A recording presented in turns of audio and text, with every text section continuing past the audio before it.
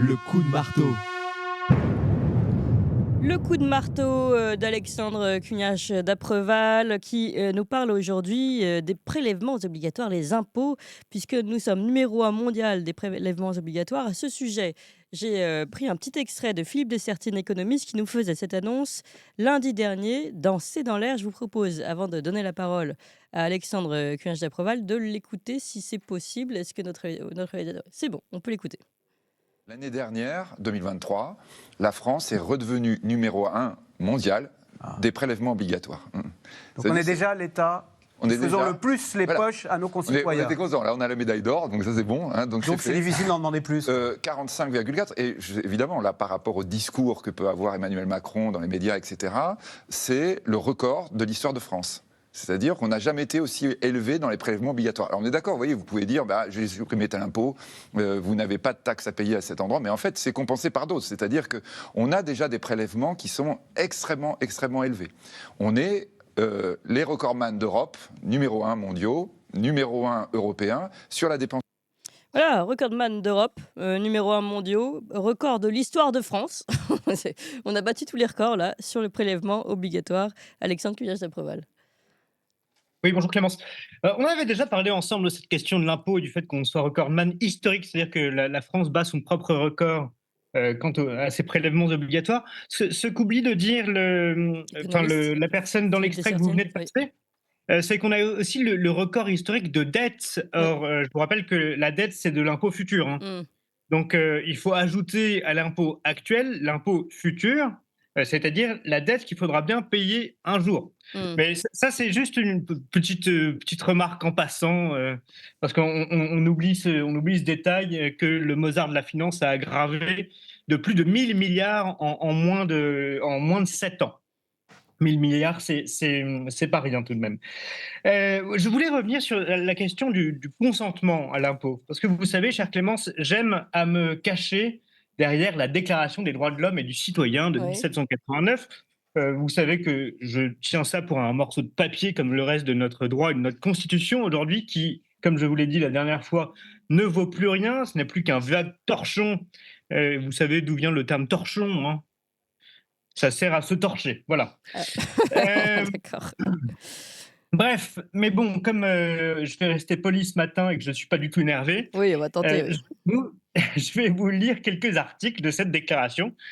Article 12, la garantie des droits de l'homme et du citoyen nécessite une force publique. Cette force est instituée pour l'avantage de tous. Article 13, pour l'entretien de la force publique et pour les dépenses d'administration, une contribution commune est indispensable.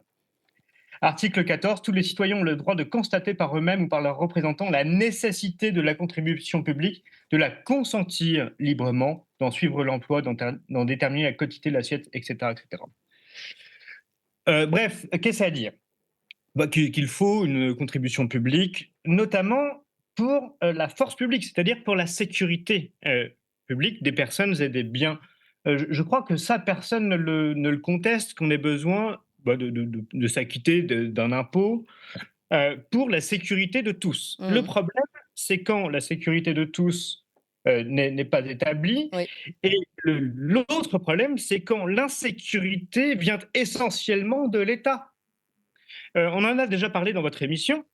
Ce ne sont pas les mafieux, ce ne sont pas les dealers, ce ne sont pas les racailles qui sont à l'origine du désordre en France. C'est la faillite de l'État.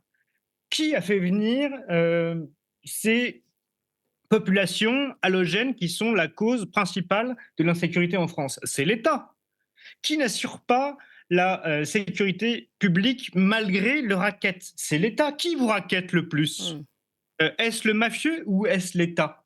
Oui. C'est l'État. Qui ouvre les vannes de l'immigration illégale en faisant un appel d'air en disant qu'ils pourront être légalisés s'ils travaillent dans les métiers à tension. Absolument. Donc, vous voyez bien que celui qui vous nuit le plus, c'est l'État. Et l'État vous demande de contribuer. Bon, encore une fois, qu'il y ait un impôt, ça semble tout à fait justifié sur le principe. Mais il y a un autre problème, c'est ce principe de consentement libre à l'impôt. Alors, c'est une fiction juridique. Hein. Alors, comme juriste, j'ai pas de problème avec la fiction juridique. Mais vous savez, c'est comme dans une fiction que vous regardez au cinéma ou à la télévision. Il y a ce qu'on appelle la suspension d'incrédulité. C'est-à-dire que quand vous regardez, je ne sais pas, Star Wars, bah, vous ne croyez pas forcément qu'il y a des êtres bizarres, extraterrestres qui vous parlent, etc. Mais vous suspendez votre incrédulité pour adhérer au récit.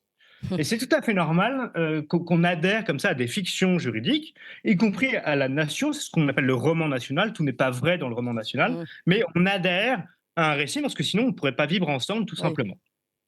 Simplement, pour qu'on adhère à la fiction, il faut qu'elle soit un minimum crédible, Mmh. ou au moins qu'elle soit Qu'elle cohérente, soit défendable.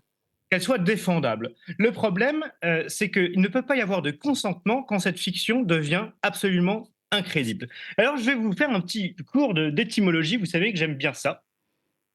L'impôt, ça vient du mot imponere en latin, qui veut dire imposer. Alors déjà, on voit la contradiction entre le consentement et ce qui est Oui, imposé. c'est drôle. Mmh. Mais ça a donné un autre mot, ça a donné l'imposture.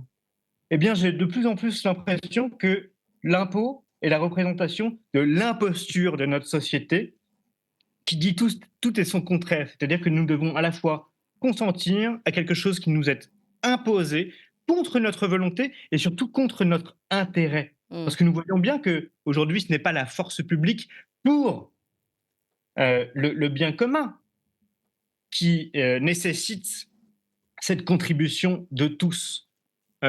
C'est une force publique au service d'intérêts étrangers. L'Ukraine, l'Union européenne, je vous rappelle, hein,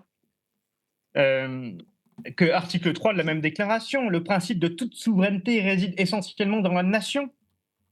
Nul corps, nul individu ne peut exercer d'autorité qui n'en émane expressément.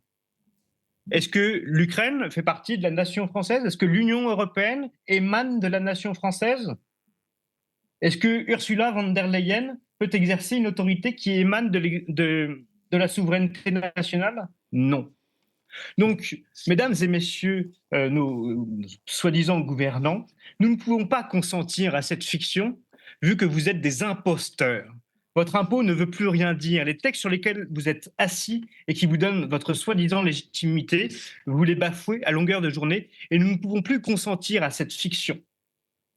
Voilà. Vous êtes des imposteurs. Ça sera, je crois, vous savez, Régis de Castelnau, mon confrère, a utilisé beaucoup le mot de simulacre ces Oui, derniers temps. tout à Je fait. propose qu'on ajoute le terme d'imposture maintenant à ce qui se passe en ce moment.